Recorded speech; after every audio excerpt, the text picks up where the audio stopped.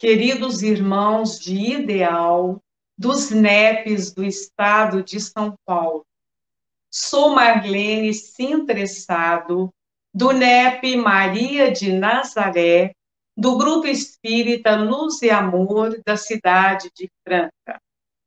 Coube-me do livro estudado, Livro da Esperança, o estudo 79, Estudo Íntimo, uma análise de Emmanuel.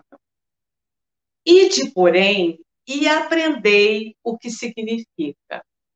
Misericórdia quero e não sacrifício. Porque eu não vim a chamar os justos, mas os pecadores em arrependimento. Jesus, Evangelho de Mateus, capítulo 9, versículo 3. Se só os mais dignos fosse concedida a faculdade de comunicar com os espíritos, quem ousaria pretendê-la? Onde, ao demais, o limite entre a dignidade e a indignidade. A mediunidade é conferida sem distinção, a fim de que os espíritos possam trazer à luz a todas as camadas, a todas as classes da sociedade, ao pobre como ao rico, aos retos para os fortificar no bem, aos viciosos para os corrigir. Do Evangelho segundo o Espiritismo, capítulo 24, o item 12. Na construção espiritual a que fomos trazidos pela bondade do Cristo, surgem momentos ásperos, nos quais temos a impressão de trazer fogo e fel nos escaninhos da alma.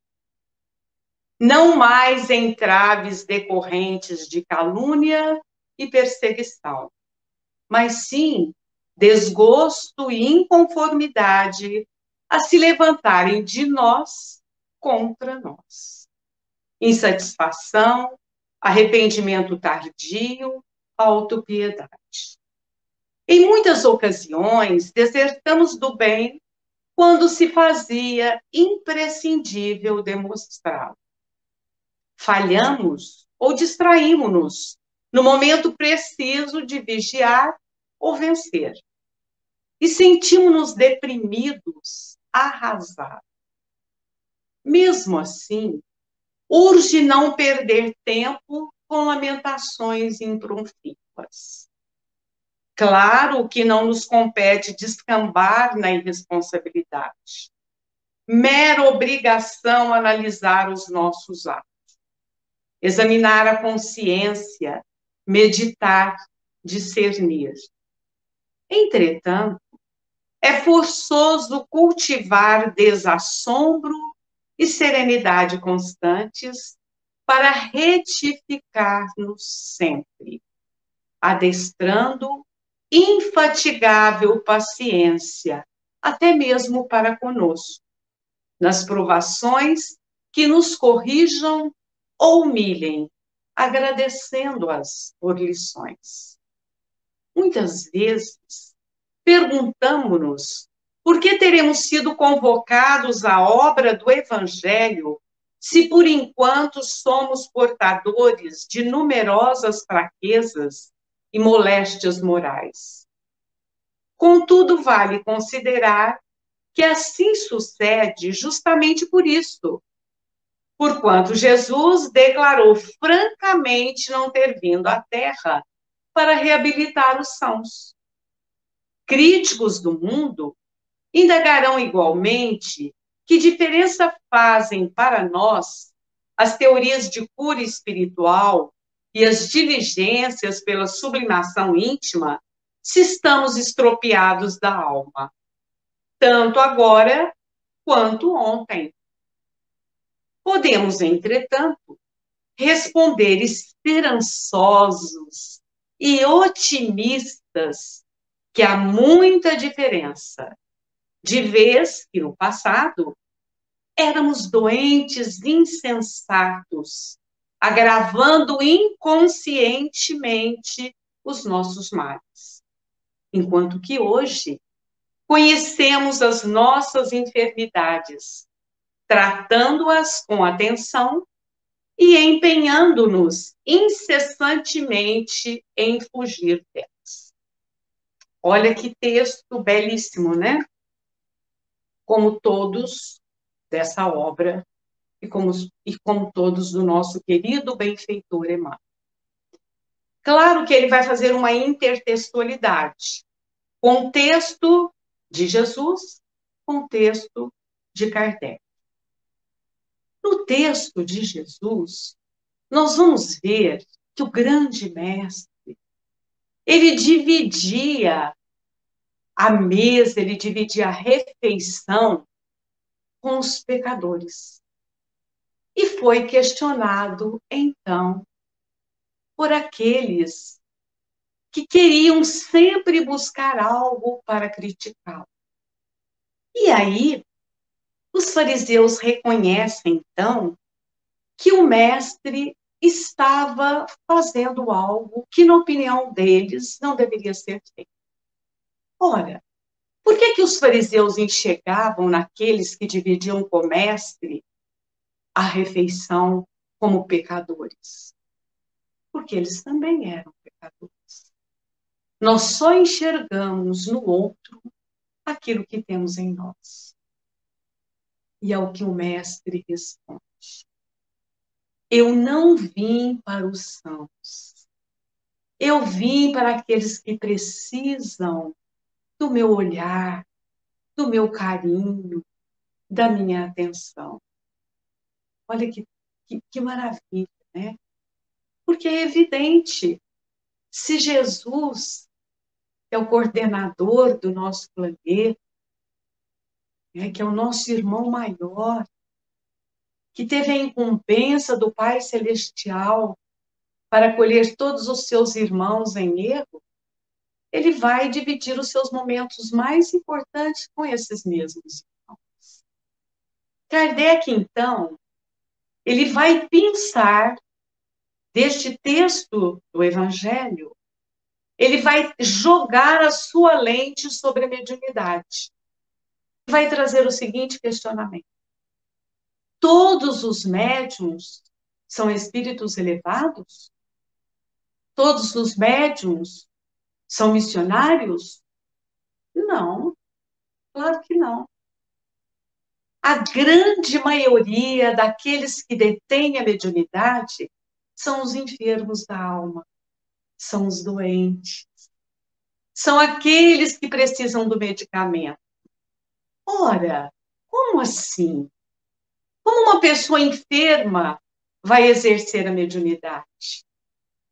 Porque em recebendo os irmãos adoentados, os irmãos enfermos, os irmãos doentes, ele vai dividindo e passando a sua experiência para o desencarnado e recebendo também a experiência numa via de mão dupla. Ora, como saberemos, como o médium vai saber a dor que passa um irmão que no momento de desespero ele comete um suicídio? Ele precisa passar pelo suicídio? Se ele é um médium, ele vai, ao dar passividade para um irmão nessa situação, ele vai experimentar as dores, a angústia, o sofrimento, o arrependimento. Olha que mecanismo lindo que a mediunidade proporciona àquele que quer aprender. Por isso, Kardec trabalha a mediunidade, a sua importância, jogando a sua lente nestas palavras do Mestre Jesus. Eu não vim para os sãos, eu vim para os enfermos. Os grandes médiuns missionários já sabem disso. Mas aqueles médiuns comuns, vamos dizer, os aprendizes, os enfermos, têm uma possibilidade imensa de aprender através da mediunidade inúmeras experiências das dores humanas. Aquela mãe que partiu tão jovem, deixou seus filhos tão crianças, e quando se aproxima de um médium através da psicofonia, experimenta e mostra a sua dor, a sua angústia, a sua preocupação, aquele médium não precisa passar por aquela experiência, porque ele foi capaz de entender. E se tiver ouvidos de ouvir e olhos de ver, ele vai saber o que significa.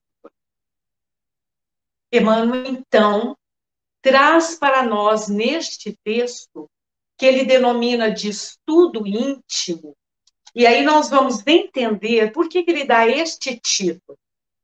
Estudo é uma análise, é uma observação apurada, e íntimo é da nossa essência, é do nosso cerne. Então, aqui, ele, nessa intertextualidade, com os dois textos que eu citei não, né? O próprio Emmanuel pensou, do Evangelho de Mateus e do Evangelho segundo o Espiritismo, ele vai nos mostrar que agora, esses enfermos, que somos nós mesmos, nós éramos os pecadores da época do Mestre Jesus, os médios em desequilíbrio. Mas e agora? Nós vamos, através desse estudo íntimo, nós vamos entender onde precisamos melhorar. Quais os aspectos da nossa alma sofrida, cansada do erro, que nós precisamos melhorar. Aí nós vamos buscar naquele cantinho do nosso ser. Né? O Emmanuel usa a palavra escaninho para dizer, é como se fosse algo que guarda no íntimo do nosso ser, bem secretamente, que nós somos capazes apenas de enxergar. E aí nós vamos buscar aquilo que as nossas mazelas interiores, para que nós possamos agora trabalhar. Não precisamos mais dos fariseus para apontar as nossas falhas. Agora, como diz o próprio Emmanuel, somos nós contra nós mesmos. Quais são as minhas dores? Quais são as minhas mazelas? Quais são as minhas dificuldades para que eu possa trabalhar? É o espelho da vida devolvendo para mim mesma a dificuldade que eu tenho para que eu possa sanar. Com desassombro e com serenidade. Palavras do próprio Benfica. Com coragem, com ousadia, mas com serenidade. Por que coragem e ousadia? Quem sou eu? Que criatura sou eu? Ainda trago orgulho? Ainda trago inveja? Ainda trago a vaidade? A maledicência? Quando eu encaro com essa ousadia, isso me permite trabalhar, mas agora com serenidade. Porque não posso ficar chorando, ainda sou assim, não posso ficar lamentando, mas que criatura sou eu? Não, serenamente. Ok, tenho vaidade? Tenho. Em que situações eu demonstro isso? Como eu posso melhorar? Ainda sou maledicente? E por que eu vejo o defeito no meu irmão? Porque eu os tenho também. Então, com serenidade, o que eu vou fazer para trabalhar esses defeitos? Aí, então, nós vamos observar que é o autoconhecimento. É o convite que a espiritualidade tem feito para todos. A benfeitora Joana de Ângeles também trabalha muito nesse aspecto. Se eu não me conheço, se eu escondo de mim mesma os meus defeitos, se eu camuflo, se eu coloco uma venda nos meus olhos, como trabalhar os meus defeitos? E, ao mesmo tempo, não posso ter autopiedade. Ai, mas que coitadinho que eu sou. Não. Eu sou um filho de Deus. Eu nasci para brilhar. Eu já errei muito, mas agora é a hora de melhorar, certo? Então é um convite muito lindo, né? E tanto Jesus, como Kardec e como Emmanuel estão nos fazendo. É um convite para a nossa reforma, mas sem dores, com alegria no coração. Hoje não deu muito certo, não tem importância. Amanhã eu vou tentar novamente. E neste treino, neste ato de ir e vir, de acertar e errar, nós vamos caminhando. Nesta análise desse estudo íntimo, que ninguém precisa ficar sabendo. O meu compromisso é comigo mesma. Mas eu sei do meu esforço, do meu aprimoramento e da minha vida. E é evidente que o Mestre Jesus também nos acolhe, como acolheu sempre todos os pecadores. Pelo menos, a meu ver, este é o convite que Emmanuel nos faz nesse estudo 79, que é o estudo íntimo. Espero ter poder contribuído nessa pequena análise para que cada um também possa fazer a sua reflexão. Muito obrigada, cada coração que me ouviu. Aproveitem aquilo que vocês puderem e, naturalmente, alarguem as suas compreensões. Um beijo no coração de cada irmão. Muito obrigada.